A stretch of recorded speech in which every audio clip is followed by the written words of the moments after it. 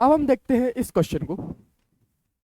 ये क्वेश्चन बोल रहा है, in order to solve a complex physical chemistry problem brain requires some neural energies को which are electrical in nature. अच्छा, each problem on an average require 21 joule of neural energy. ठीक है, calculate the minimum amount of glucose required to solve the 10 such to solve 10 such problems if all electrical energy obtained from the oxidation of glucose।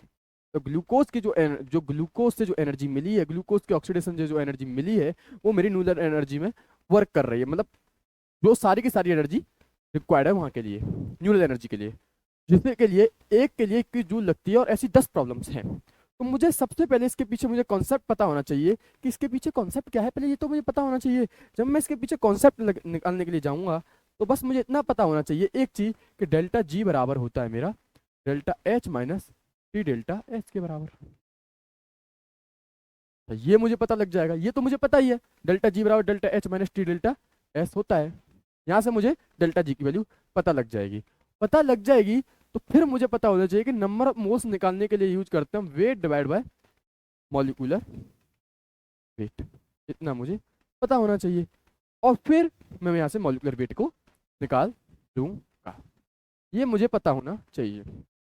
अच्छा, मैं अब question की तरफ बढ़ता हूँ।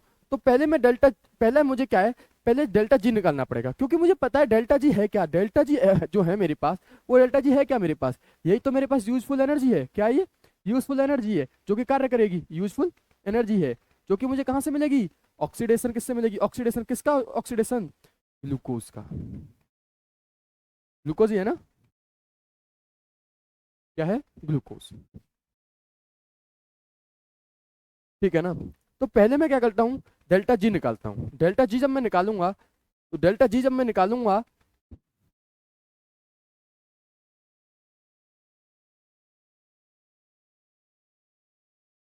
तो डेल्टा जी बराबर delta H minus T delta S में लगाऊंगा। तो पहले मैंने क्या किया, डेल्टा जी बराबर delta H minus T delta S लगाया। तो जब मैंने सब इसमें वैल्यू रखी, तो डेल्टा जी आएगा मेरे पास, delta G delta H minus T delta S. अच्छा, स्टैंडर्ड स्टेट्स में जब हम निकाल रहे हैं, तो delta G naught delta H naught minus T delta S not.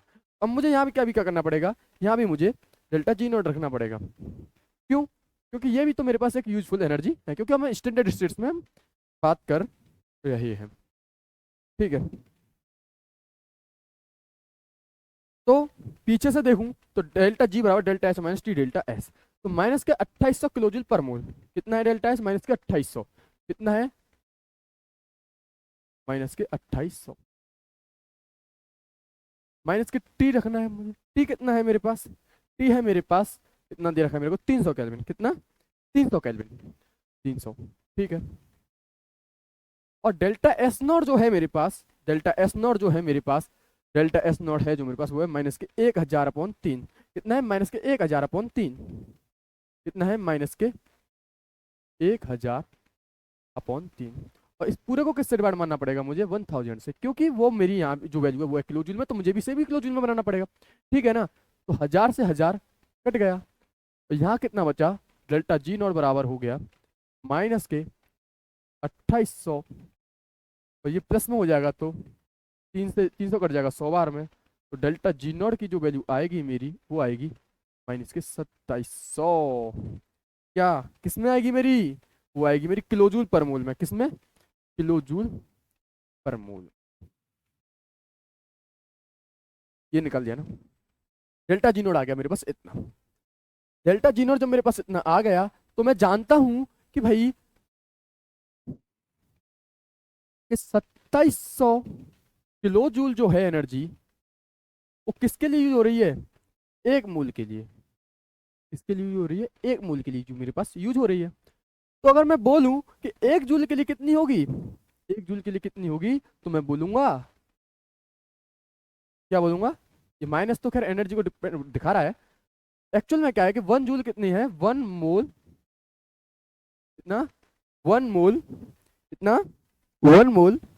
ये तो मतलब नेगेटिव का मतलब है कि इतनी एनर्जी उसने निकाली है, मतलब इतनी एनर्जी उसके पास है, माइनस का 2700, मतलब 2700 किलोजूल एक मोल के लिए रिक्वायर्ड है। तो एक जूल के लिए कितनी रिक्वायर्ड होगी, तो 1 मोल डिवाइड बाय 2700 इंटू 10⁻³ पता लग गया।